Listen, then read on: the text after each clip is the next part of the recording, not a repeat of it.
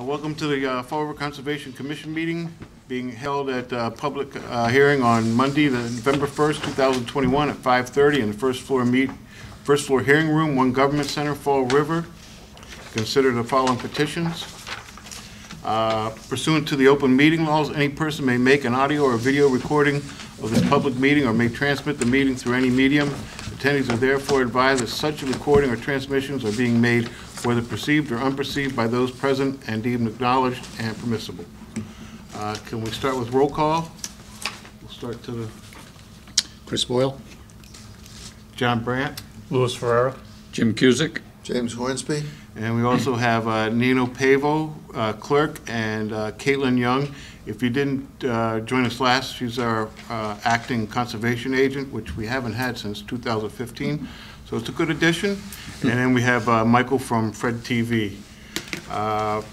First on the agenda is notice of intent is SE-24-782. Owner applicant is MassDOT Highway Division.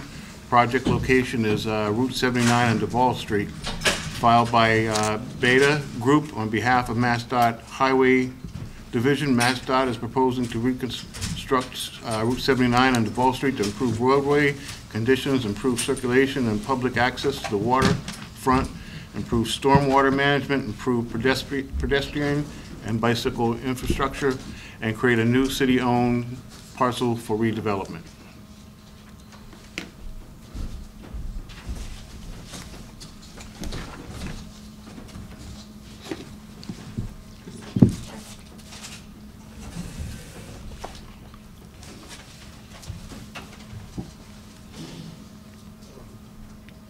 Hello, I'm Valerie Kilduff. I am the project manager from MassDOT. Just want to give you a quick overview, and then I'm going to let Laura and Mike do their thing. So this project is basically to relocate and lower Route 79 onto what is now Duval Street. Basically what is now Duval Street. We're going to do some reconstruction on Duval Street also, but it's basically going to follow the footprint of what Duval Street is on both the north and south corridors. And the main part of the project is really to provide connections to the neighborhood that is now, right now, not really connected to your waterfront area, both physically and visually. We're going to create new development parcels in the area that Route 79 currently resides in. When Route 79 comes down, it will create a whole bunch of parcels of property that are going to be able to be developed and developed and for open space. And also we are going to introduce bike and pedestrian accommodations throughout the project. So that is the main purpose of what is happening in this project. And from there, I'm going to turn it over to Laura. Sure, so I'll go over the resource areas and what we've got out Excuse here. me, Mr. Chairman, I realize there are people here who, and it's not going to be possible for them to see the material. The I don't know if this is something you're interested in or not. That's why and if you are, raise your hand. We'll try to find you a better spot. Okay. Yeah. Fine. Thank you. So my name is Laura Krause. I work for Beta Group. We prepared the notice of intent for this project and are working on all of the environmental permitting for this project. And we are a sub-consultant to Trans Systems, and they're providing the design services and all the engineering that is associated with this project.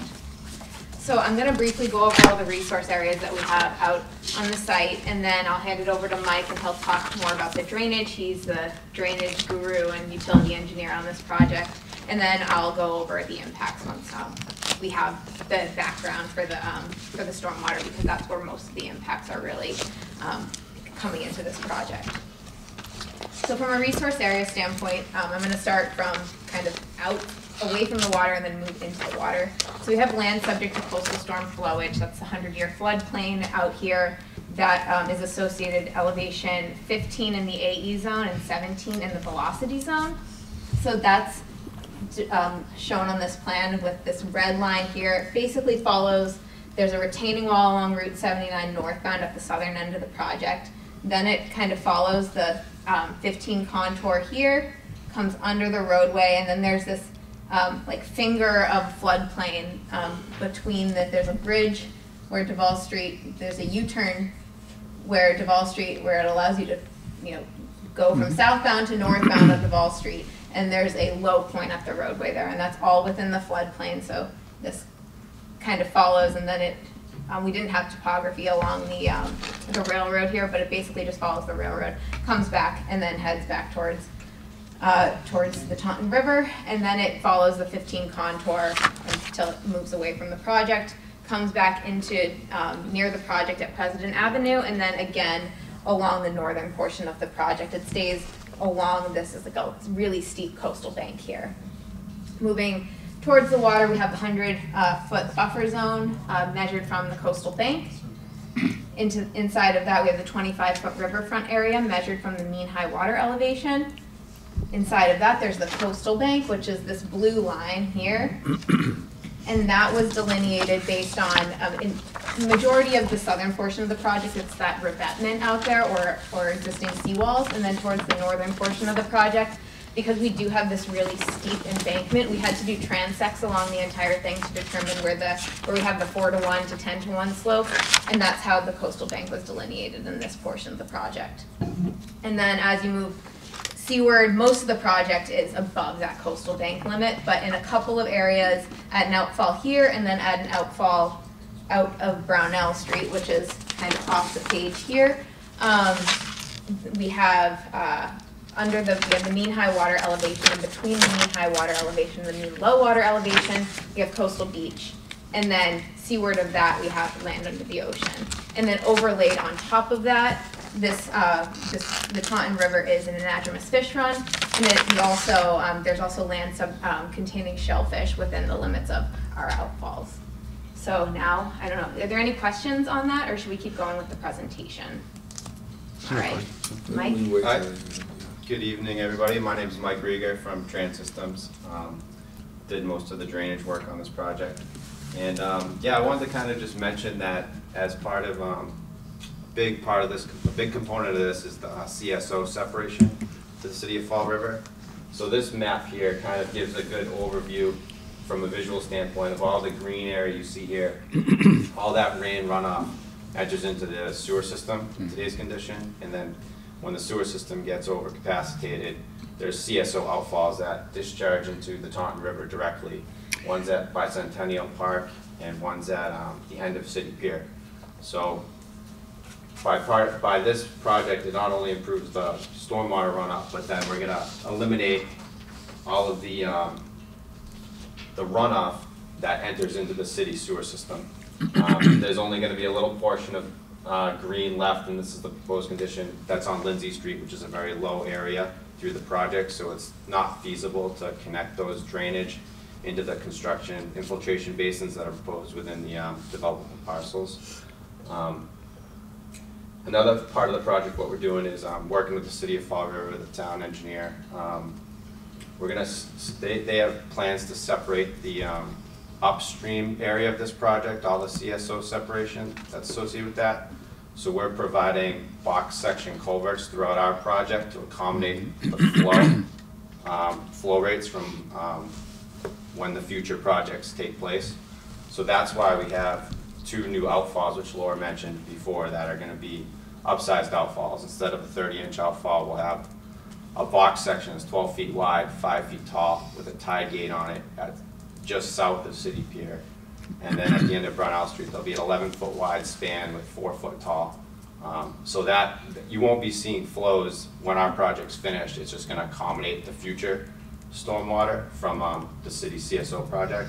But that also is that those outfalls also are the outlet point from all of our detention ponds, which we're introducing 6 infiltration ponds, so everything will be water quality treated throughout our system, going to an infiltration pond. There'll be 2 underground infiltration basins at President Ave to accommodate the development parcels, so there can be parking above those underground facilities. So there'll be pre-treatment associated with those. And we're going to do sediment forebays for pre-treatment for the infiltration basins, which is basically curbing on its side, so it's easy to maintain and shovel out and clean out all the sediments in the forebay.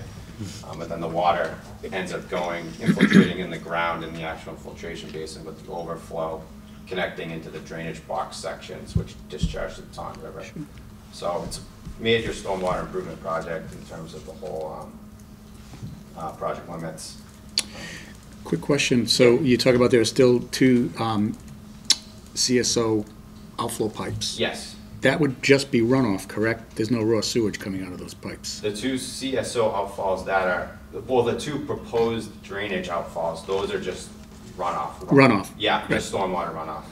The 2 Being relatively new, I knew the city did a lot of work in handling all those combined sewer outlet pipes and redirecting them to a tunnel underneath the city. So I'm just concerned that calling them CSOs is just, there's no raw sewage. Right, there's no raw sewage Okay, going to just our new double checking. outfalls. Correct. There's still 2 remaining CSO Are there 2 outfalls. remaining? Yes, and they Yeah. do discharge. Raw sewage? Mixed with stormwater, so it's at a low, Right, I know what concentration, combined. but yeah. Okay. But those will remain at the very end of City Pier and through Bicentennial Park. Those actual pipe infrastructure remains. We're just gonna eliminate the amount that gets into that system. So the 2 outfalls we're doing are all only drainage. So only you're stormwater. taking care of the runoff. Yeah, in taking essence. care of Sure. stormwater runoff, exactly. And the city is also proposing sewer improvements within our corridor that we're working with them, so they're upsizing some sewer pipes down on Lindsay Street from 36 inch to, I believe, 54 inch to kind of deal with some of the capacity issues. What's the 1-day rainfall total that would produce raw sewage being discharged from those outlets? I do not know the answer to that. I can tell you that we're reducing probably about 80 CFS during a 10-year storm throughout our project limits. I'm not exactly sure the answer to that. Okay. Since actually, your question was in my mind. You asked it better than I could have. You answered the question. I'm not sure. Is there raw sewage going in? Will there be any raw sewage flowing from this project into the Taunton River? No, not from this project.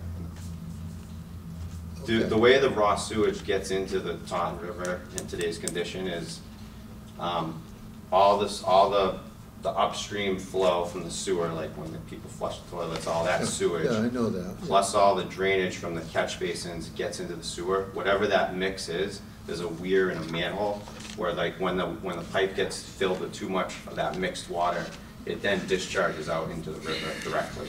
So we're like eliminating all this green area you see here. That's going to be completely gone. So instead of going into the sewer system, it's going to go into what falls in that area is going to go into the drainage system now.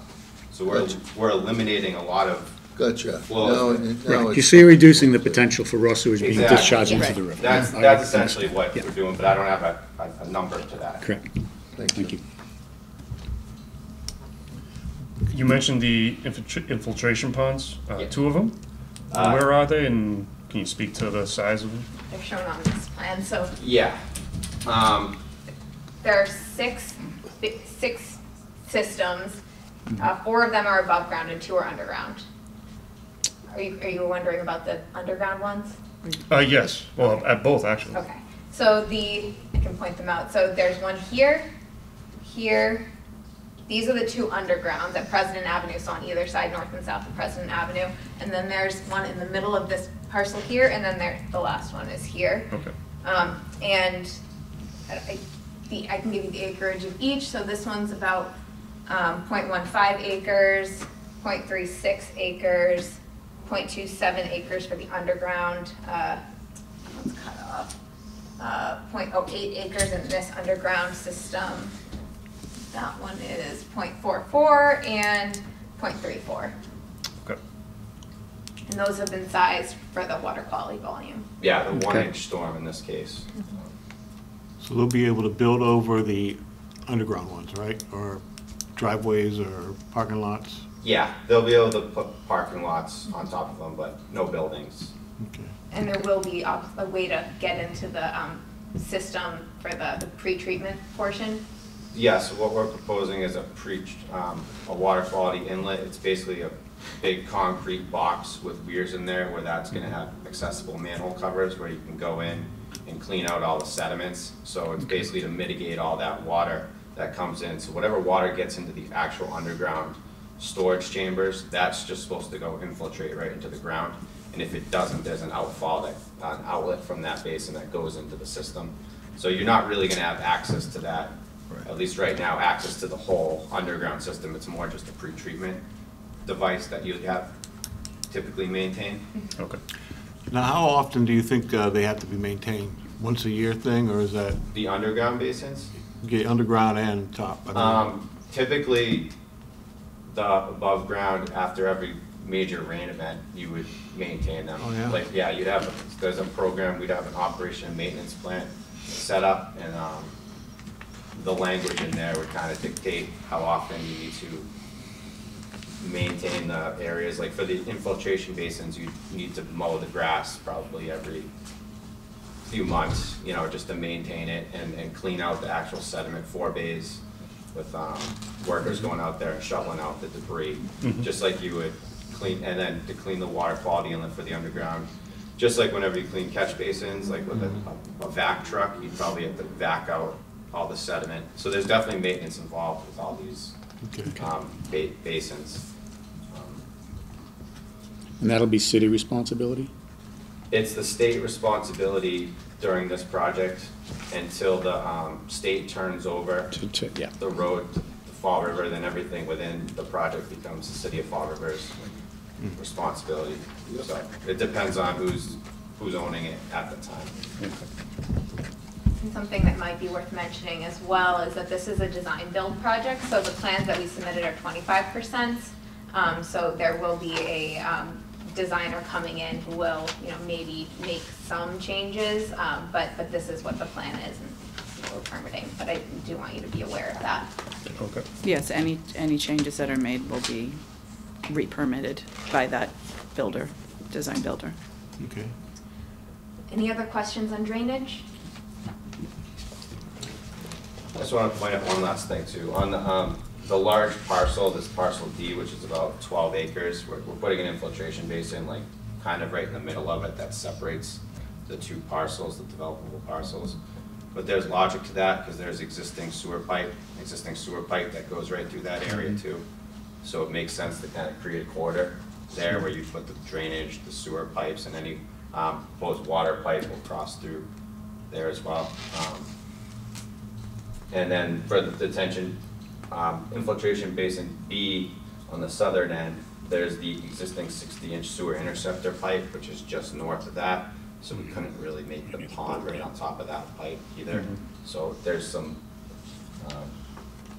utility constraints which kind of forced where they were. And also, just from another standpoint, the other BMPs, they're located at the low points along the roadway, but we did push them as close to the roadway as possible to maximize the developable parcels. Right. And then one last thing I'll mention is that the developable parcel drainage itself will be all grass when we leave the project and the state's done. And that drainage does not tie into the infiltration basins. That bypasses the infiltration basins. So they'll need to do their own stormwater management per parcel. So they're not sized to accommodate the developable parcels. Okay. Which is a requirement of site plan review if some parcels, don't necessarily trigger, Conservation Commission approval, just as an FYI. Okay. All right, so I'll just go over a couple of project elements so that you're aware of them. So we are, I'll start on the south side. Yeah, okay, so we're reconstructing the off-ramp from Route 79 northbound, and that'll be one lane, and then follow along where existing northbound Duval Street is, and that low point up to Turner Street. There'll be a cross-street connection at Turner Street. And we are replacing the Route 79 northbound bridge over that U-turn area and reconstructing that intersection, so it's only going to be a one-way heading north. So you're not going to have any traffic. You can't go right now. I think you can come around this way as well. So that'll just be one way heading to the east and then back up north. We're reconstructing northbound to Turner Street, carrying a 2 lanes all the way essentially to the end of the project in the northbound direction. There's a proposed bus stop at the South Coast Rail Station, and a new cross street at Hathaway and South Coast Rail, and then a right turn only lane at President Avenue. So there will be a 3rd lane at President Avenue in the northbound direction. Also a cross street at Brownell Street will be constructed, and then the Brightman Street. Brightman Street. Brightman Thank Street. you. Brightman Street. And then a 14-foot wide shared use path will extend along the entire northbound portion of the project, all the way to the existing trail that now goes across Veterans Memorial Bridge. On the southbound side, we'll restripe the off-ramp from the Veterans Memorial Bridge, so it'll be a 1 lane. And Route 79 will be brought down to 1 lane southbound, and then they'll be combined near Brightman Street, where it will then be a 2 lanes. Continue that on all the way to where Route 79 now meets where the boating facility down at Fall River Heritage State Park. There will, from Brightman Street and to the end of the project, there will be a 14-foot shared use path there as well. And then on the inside, around each of the development parcels, there will be 6-foot sidewalks. And at each of the cross streets, there will also be a 10-foot bike lane. So the cross streets have a bike lane only, and then along both sides of Duval Street, there will be a shared use path. Those are the general, kind of big project elements. Did I miss anything on that? No, okay. That's good. Great.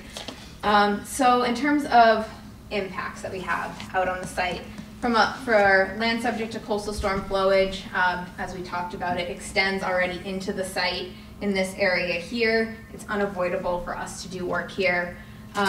We are impacting 46,206 square feet of that, and those impacts are quantified in areas where we are converting any vegetated area to impervious, and any areas where we are filling in that floodplain. In terms of fill within the coastal floodplain, there's 248 cubic yards of fill, and we are proposing 212 cubic yards of cut, but they're not at the same elevation. There wasn't available space for us to provide that. Understanding that there aren't any performance standards for land subject to coastal storm flowage, we wanted to do something to mitigate for that fill. We also provided an analysis in the notice of intent that documented what that fill would do to the floodplain if it was just kind of stayed right in this area, which obviously it will move out as the floodwaters recede. That analysis showed that that fill would result in about a 1-inch rise over the course of this area, and stay within the existing limits of the floodplain, essentially. So really minimal, increase in that flooding in that area, and these 3 properties would be the only 3 that are affected, and they're all already below that elevation. This is a existing gas station, this is the Cove parking lot, and then this is a vacant building that will be eventually the CSO treatment facility. Yes. Okay, so those are, any questions on floodplain? No. Okay. No. Buffer zone, so as we talked about, we're within a 100-foot buffer zone to the coastal bank. In portions of the project, starting at the southern end, portion of the roadway where we are widening to 2 lanes. Right now, this Duval Street is 1 lane from this U-turn to where it meets Route 79. It's just a 1 lane. We'll be widening that, but eliminating where existing Route 79 is. We are reconstructing the parking that exists along the roadway here, and then constructing the shared use path. Portion of this basin is also within the 100-foot buffer zone. There's some grading within the buffer zone here, and then where we're reconstructing this portion of Duval Street, that's also within the buffer zone. And then this portion that's in green right now, that's where Route 79 goes under the off-ramp and then meets Duval Street. That leg of the road will be removed and stabilized and seeded, so we are providing some native vegetation closer to this area in the buffer zone here for restoration. In terms of riverfront area, it's this pink line here as measured from the mean high water line. It's actually surprising how little of the project was in the riverfront area, but there is a small portion of the shared use path. That's where it's within the existing limit of the sidewalk, so there's really no change in the condition along this area here. And then in this area, the riverfront area work is just where we'll be doing some restoration. There's no alteration of the riverfront area. And then a portion of the work between the mean high water, which I'll show you on the next board once I'm finished with all the overall impacts, is there's some riverfront area work within riverfront area associated with the outfalls, but that wasn't quantified as part of the impacts either because there's no alternative, and so you wouldn't quantify those as part of that alteration. From a coastal bank perspective, we are temporarily impacting coastal bank. We're replacing 2 existing outfalls that I believe were in pictures, were in the right near notices of intent, but I did do a couple copies. I don't know if you want to see. That's what they look like now, and we'll be replacing those in kind with the same size structure.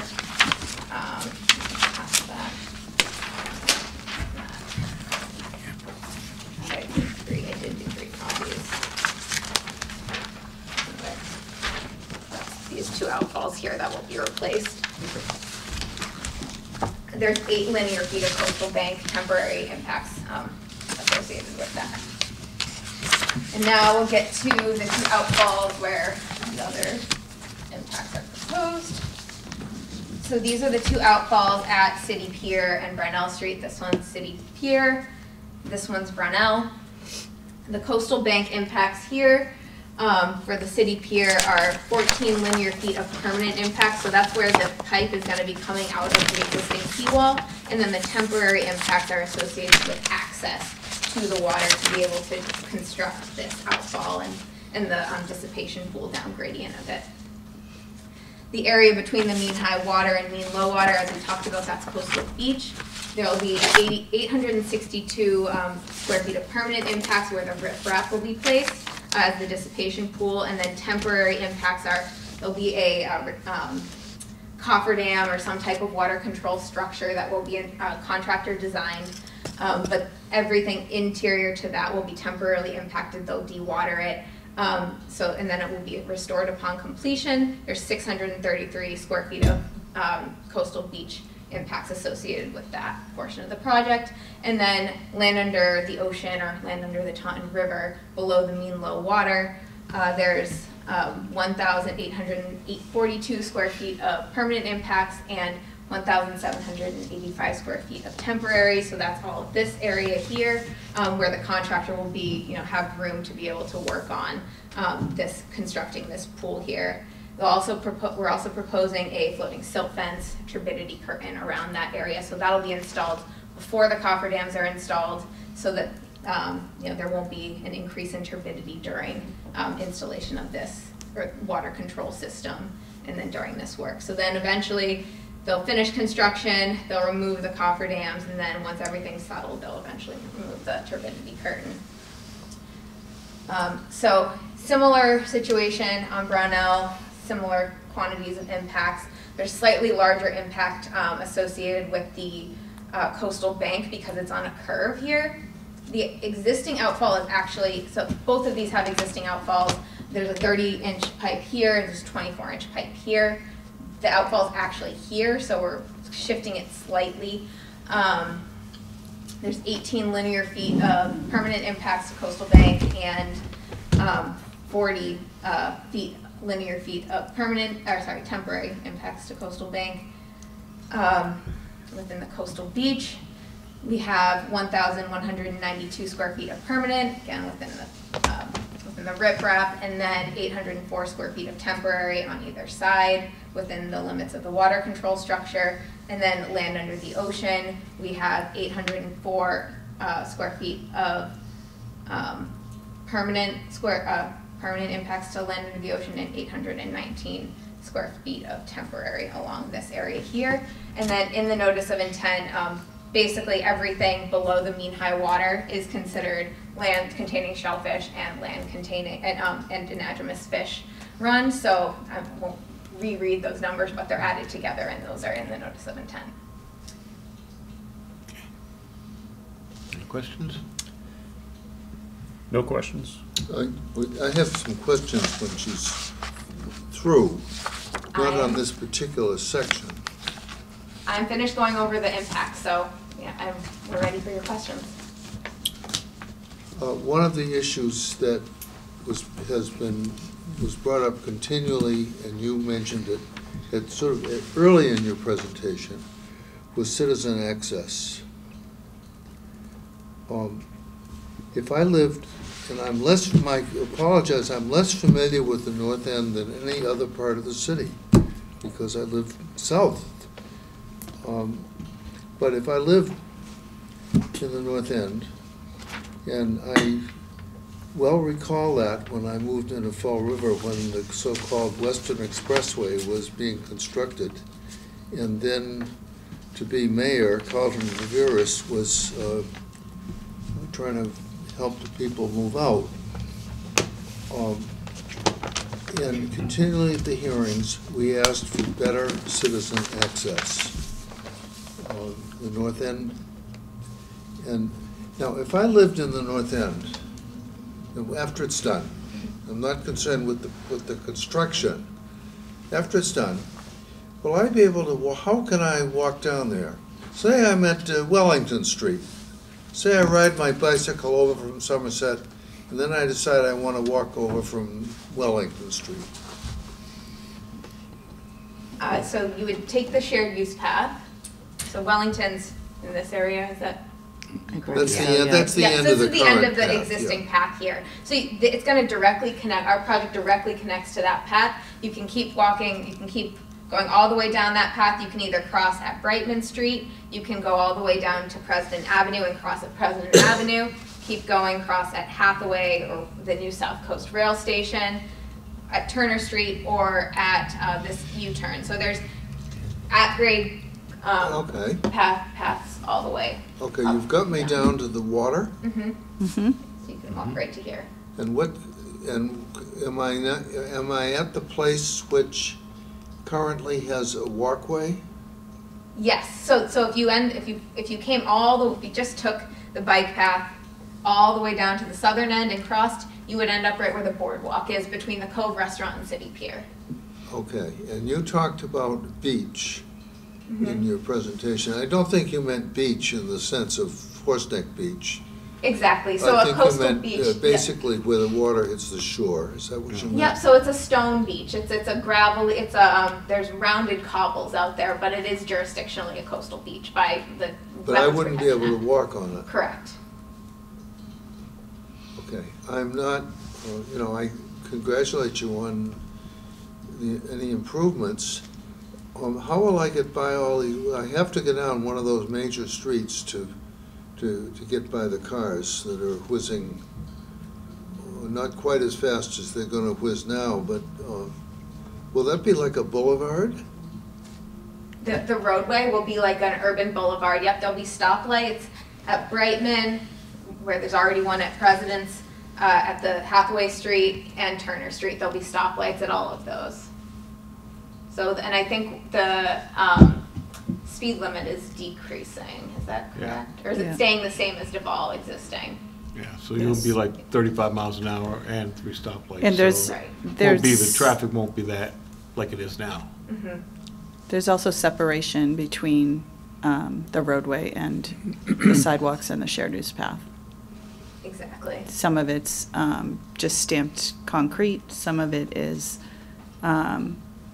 landscaped with trees, lights. So yeah, so you can, it's kind of hard to see when you're sitting so far away. It was impossible to tell from the material I got. That's why I'm. Sure. We had a design public hearing last Wednesday that has a lot of good information. Yeah, I was in that just gonna presentation. say that at the end. You had a design public hearing last Wednesday? Yes. It was on Did you Wednesday. tell people? Absolutely. Yeah.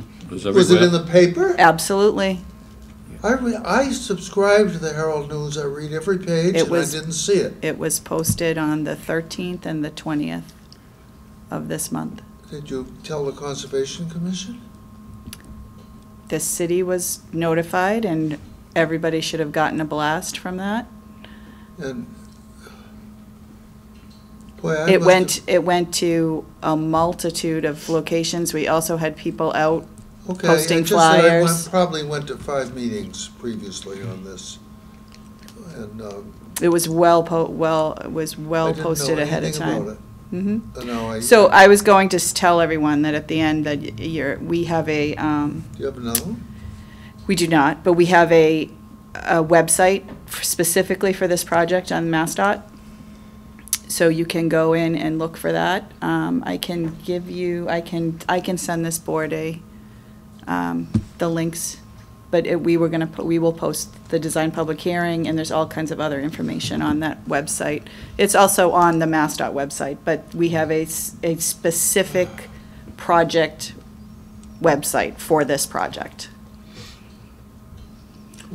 Is the video up there as well? We're working on that. It'll be up, so everything that was in the design public hearing will be there, the transcript, the presentation, and we have a great video that literally drives you through this project. When it's completed. When it's completed, it's really Same with- cool. You did So, with phase one, so, right? Pretty much the same thing as you did with phase one, the first part of it. Yeah. what you guys are calling, yes. I don't know about phase one, because that was before my time here, but, yeah, that's been said to me a couple of times, yes. But yeah, it's a great drive, it's a great video, so I would welcome people to go to the website and check it out. Well, you sent us a link to click on the main, the 1,052 pages. Jim got that, right? I'm sorry. It's, you sent us a second, it wouldn't fit on the one you sent us first, you sent us the second one. That blows it up. That would probably be better for Jim to look at, right? Yeah, it does. Yeah. It's not the materials that were presented at the public hearing last okay. week, though. That was the tip or whatever required process of the 25% design. Yes, we have to hold a Yeah. design public hearing, yes. Yeah. We got some great questions, too. Yeah. It was a great meeting.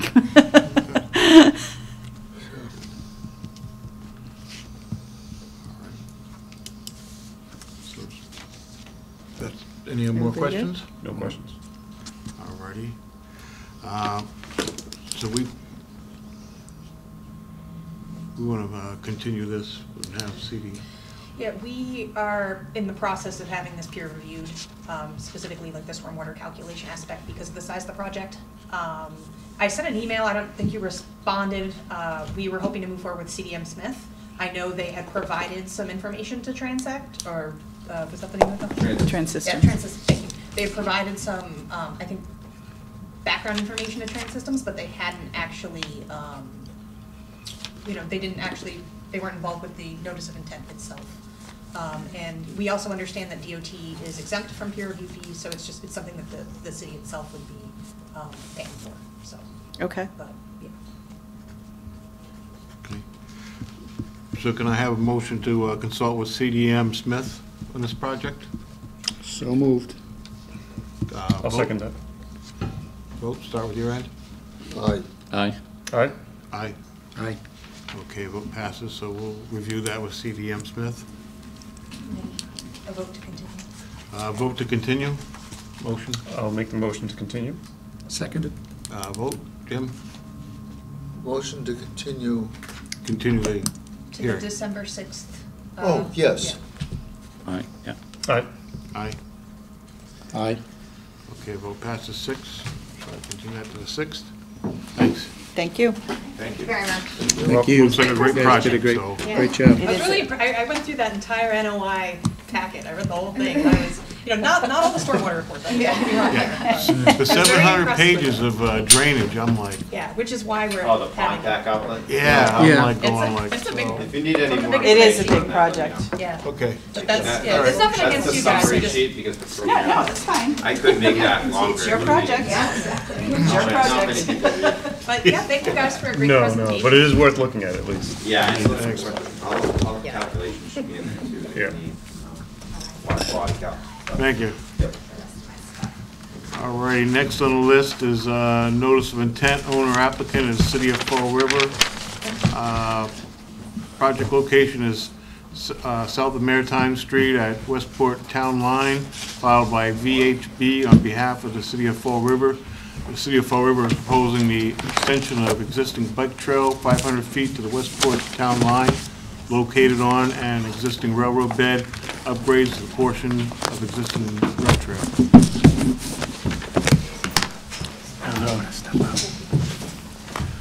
All right, so I was talking to Nina ahead of this, and I'm unable to provide ahead of this the proof of our publication in the Herald.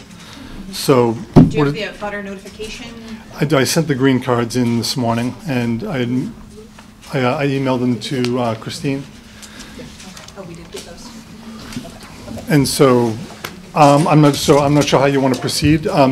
Essentially, at this point, we don't have a DEP file number, and so we would most likely have to continue this anyway based on that. So I don't know if we just want to reconvene at the next meeting and we'll have a file number at that point. Okay, yeah, sounds good. Okay.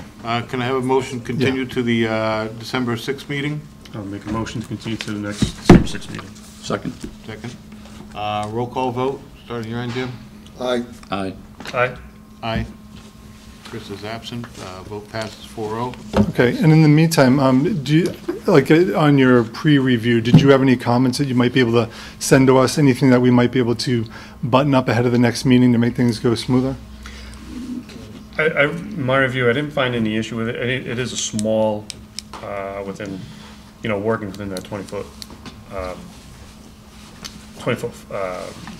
first 25-foot of framework there.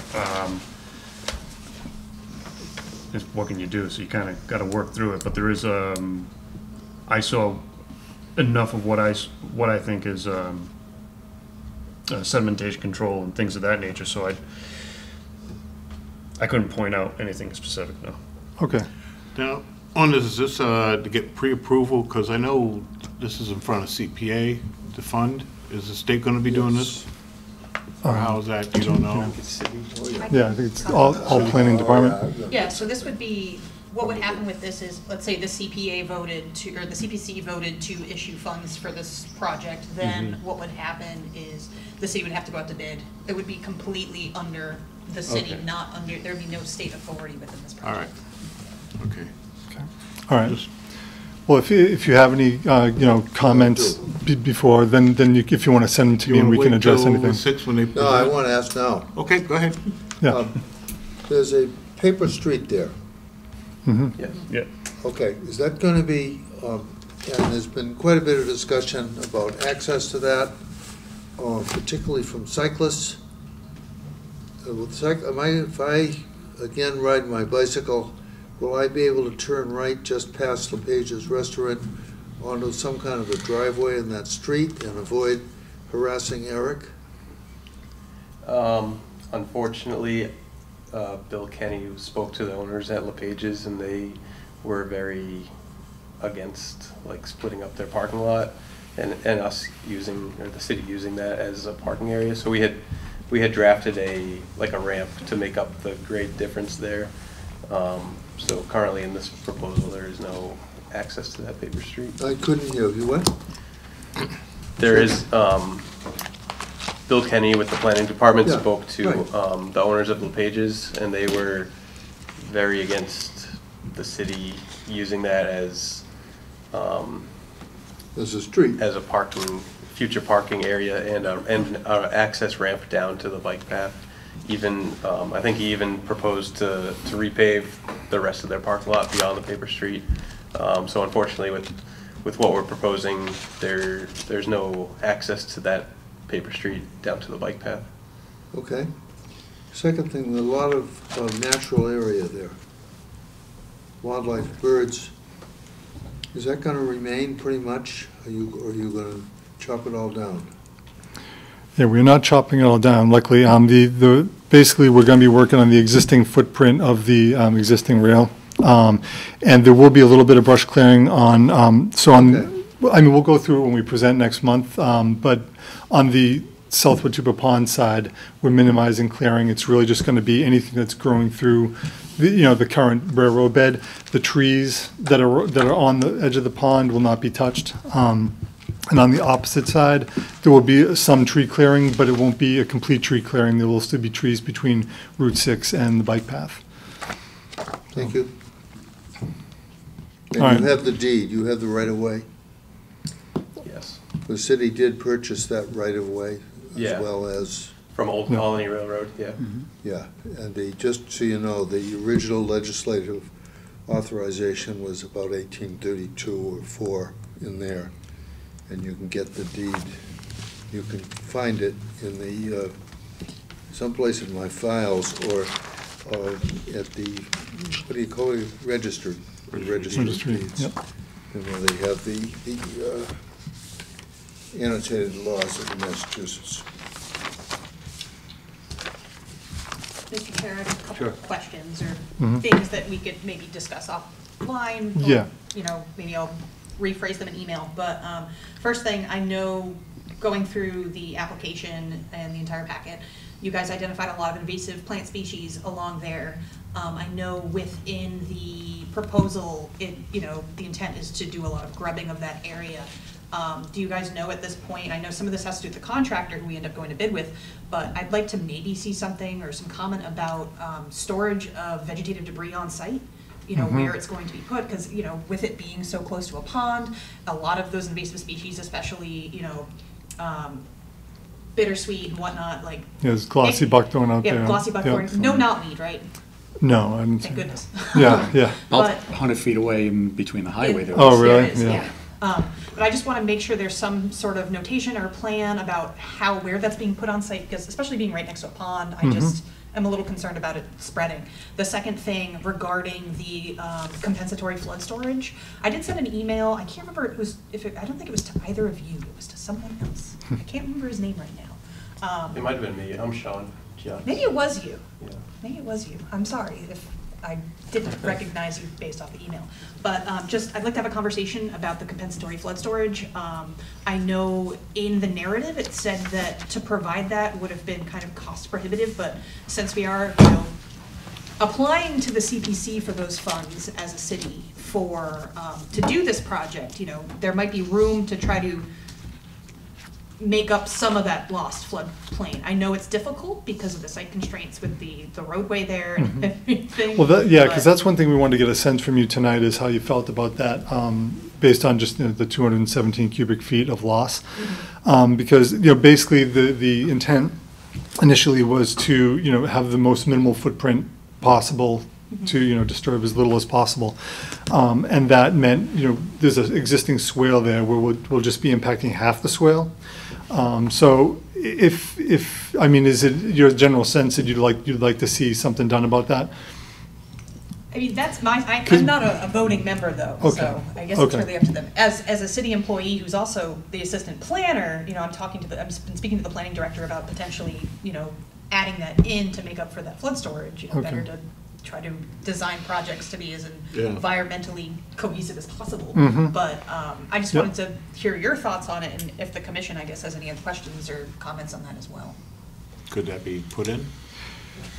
Well, I don't think within the existing footprint. So it would mean Swale. we'd be widening our impact to go across the swale to get to the other edge to try to make up, over there. And even then, Which would be a higher level of disturbance. yes, exactly. And so that's kind of why we're coming at it like this initially. And a lot more clearing of the entire swale. And even with that, I ran some designs, and I don't think we can fully make up for the compensatory storage. Yeah. Right now we're at 217 cubic feet. So do you know about what we could reduce it to or how? I think maybe half that, or at least a third. Kind of the problem is we're on top of the rail bed, and then we have like the 2-foot kind of level shoulder, and then we tie into the existing, so we're losing storage at the top. On the other side of the swale, if we were to replace the entire swale, we can steepen up the other side of it a little bit, but that only gains us a little bit of storage at the higher elevations and more at the bottom, so we still are in the negative at the higher elevations, more so. But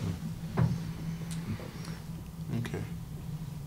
So, I mean, if we can't get all the way to zero, do you guys have any sense of how you'd feel about that? Like, should we update the NOI to expand the footprint, or would you be amenable to the project with, at the existing footprint with a 217 square foot loss?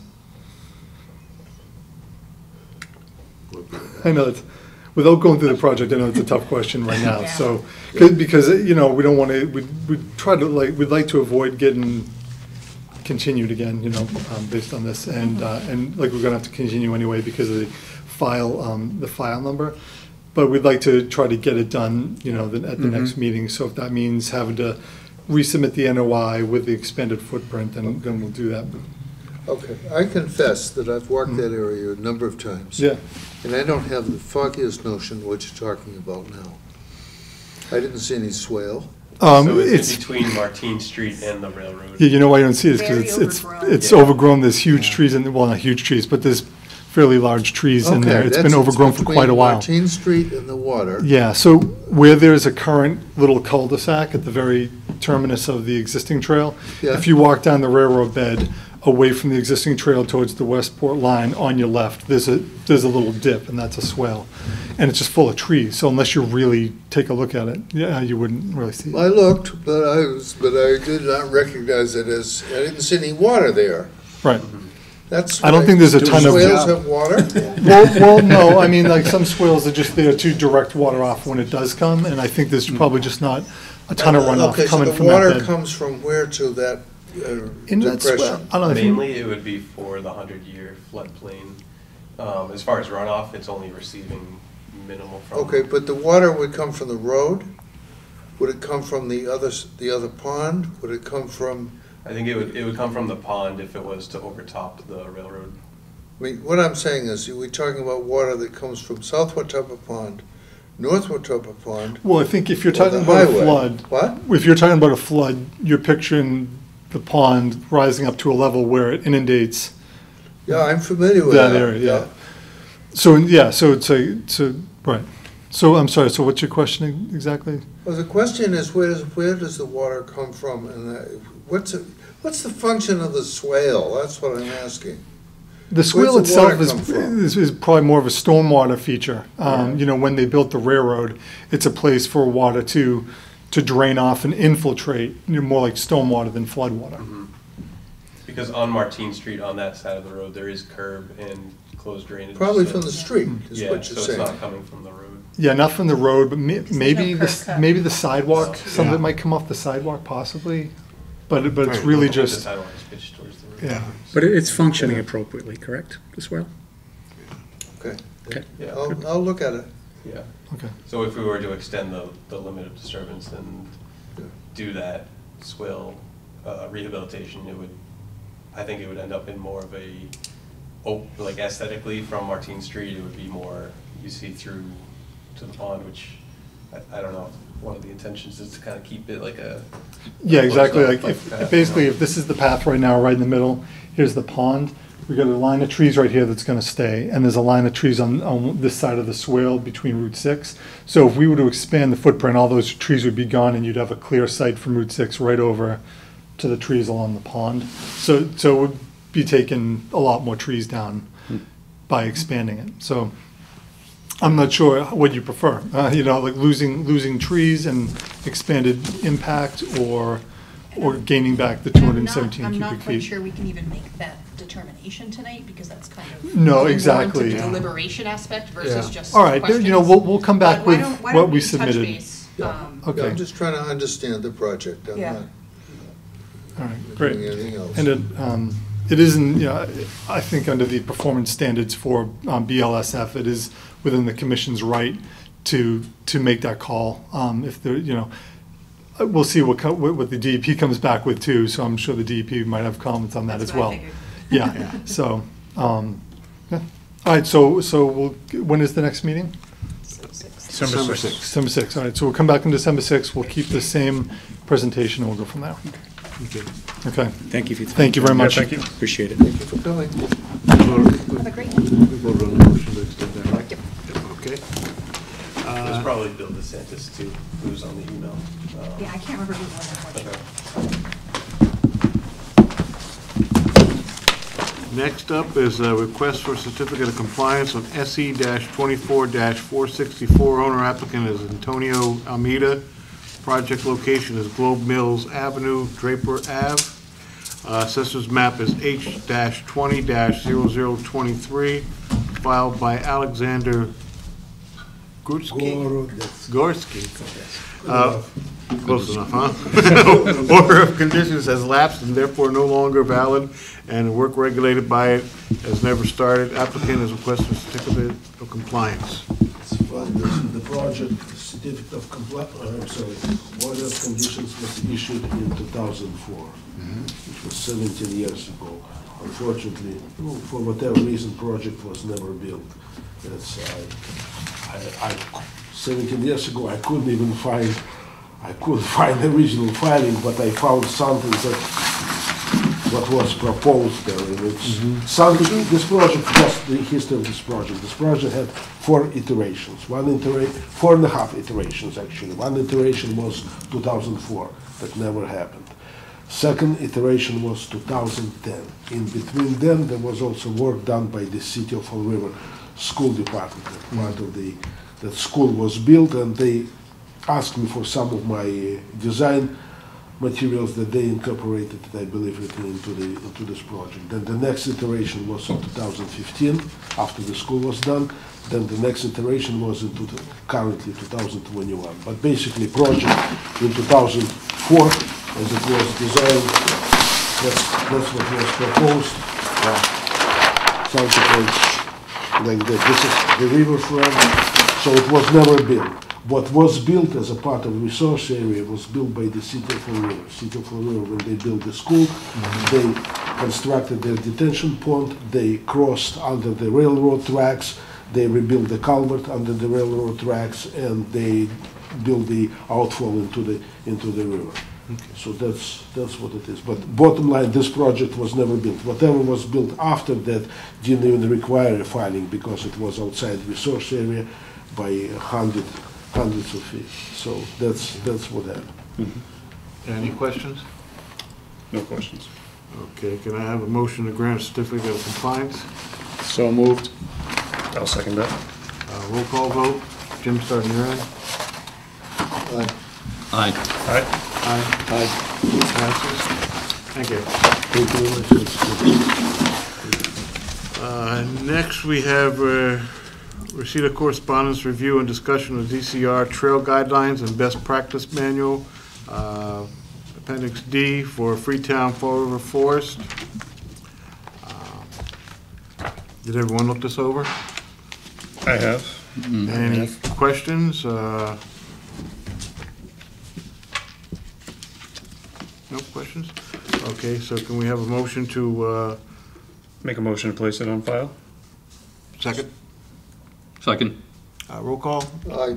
Aye. Aye. Aye. Aye. Okay, vote passes. Next is a receipt of correspondence, review and discussion of availability of release notification form and permit solution statement regarding Route 24, South Mile Marker 6.4. I know with this, when this happened, the fire department did call us their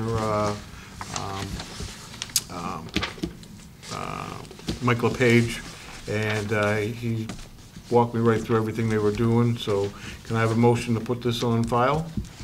Motion to put on file. I second it. Roll call vote. Jim? Aye. Aye. Aye. Aye. Aye. Vote passes. Can I have a motion for approval of minutes, October 4th, 2021? Make a motion for approval of the minutes? Second. Roll. Aye. Call. Aye. Aye. Aye.